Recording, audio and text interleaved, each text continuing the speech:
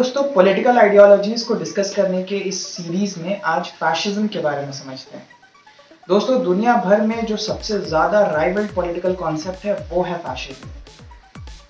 ये हालांकि कुछ ही दिनों के लिए पूरे दुनिया में एक्टिव था, वो भी किसी किसी कंट्रीज में, लेकिन इसके साइड इफेक्ट्स या इसके रिपरकशंस आज भी देखने को मिलते हैं। तो आखिर क्या है ये फैशिज्म और लोग इसकी इतनी निंदा क्यों करते हैं?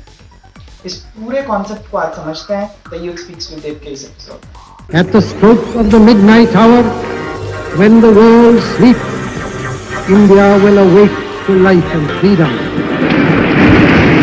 दोस्तों, फैशिज्म का जन्म इस आइडिया के तहत हुआ था कि रैशनली इगैलिटेरियन सोसाइटी या rationally egalitarian democracies ultimately lead कर सकते हैं to serious weakness and crisis. Late 1800s में एक इरैशनल स्ट्रक्चर जो कि बेस्ड था सोशल डार्विनिज्म पे, वो पॉपुलर होना शुरू किया। इसमें यह कहा जाता था कि people should not have equality. Fascism का ये कॉन्सेप्ट प्रॉमिस करता था एक नए सोसाइटी को जन्म देने के लिए जिसमें कोई वीकनेस ना हो। कुछ लोगों का मानना है कि इटालियन पोएट और राइटर गैब्रियल ड'अनूजियो इस आइडियोलॉजी के ओरिजिनेटर हैं। 1930s और 40s में इस कॉन्सेप्ट ने बहुत ज़्यादा पॉपुलैरिटी हासिल की एंड जगह जगह स्प्रेड होने लगा। सबसे पहले इटली, फिर जर्मनी एंड फिर जापान। दोस्तों, फैशिज्म का कॉन्सेप्ट एक फिक्स्ड सेट ऑफ डॉक्ट्रिन्स पे काम करता है, यानी कुछ फिक्स्ड प्रिंसिपल्स हैं जिन पे ये पूरा कॉन्सेप्ट डिपेंड करता है। सबसे पहले तो ये पूरे कंट्री को यूनिफाई करने की कोशिश करता है। सिंगल जेनेटिक ऑर्डर या एक सिंगल जेनेटिक बैनर, ये रेशियल और कल्चरल प्यूरिटी को भी मानता है as a method to remove weakness. For example, Jews का मैसेकर बाय हिटलर ये मानता था कि ज्यूज पूरे आर्यन रेस नहीं है एंड इसीलिए उनका एग्जिस्टेंस वर्दी नहीं है। दूसरा डॉक्ट्रिन फैशिज्म का टोटलिटेरियनिज्म है, यानी सोसाइटी और लोगों के ऊपर स्टेट का पूरा कंट्रोल। लोगों से ये एक्सपेक्ट किया जाता है कि वो एक सिंगल पार्टी के ऊपर अपना अनवेवरिंग एंड टोटल फेथ दिखाए। मोस्ट केसेस में ये पार्टी भी नहीं होता है, ये एक सिंगल इंसान यानी डिक्टेटर होता है। इकोनॉमिकली अगर आप देखेंगे तो फैशिज्म मार्क्सिस्ट सोशलिज्म और मटेरियल कैपिटलिज्म के प्रॉब्लम को सॉल्व करता है।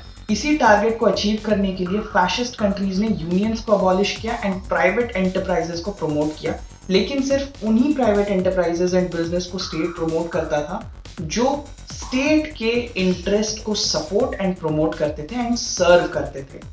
फैशिस्ट कंट्रीज ने फॉरेन ट्रेड को भी अबॉलिश किया ताकि एक कंट्री दूसरे कंट्री के ऊपर डिपेंडेंट ना हो सके। फैशिज्म का एंड गोल ये है कि कंट्री सेल्फ सफिशिएंट बन जाए एंड सिग्निफिकेंट रिसोर्सेज मिलिट्री को एलोकेट कर सकें। फैशिज्म वायलेंस को भी सपोर्ट करता है as a major to achieve political means.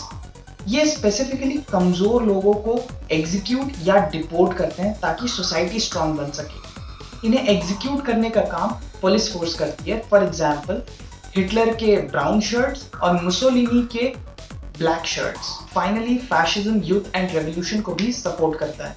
For example, Italy में होमोसेक्सुअलिटी बैन था।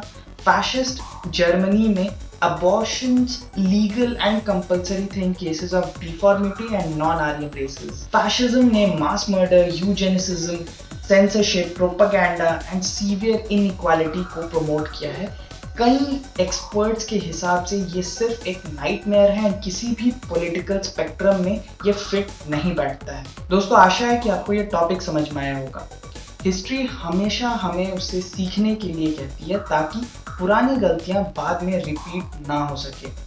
हमारे देश के बदलते हुए पॉलिटिक्स को देखकर हमें पॉलिटिक्स को लेकर सतर्क रहना चाहिए एंड इन आइडियोलॉजीज को जानना एंड लोगों को समझाना भी चाहिए। इसीलिए ये कॉन्सेप्ट हमें समझना जरूरी है।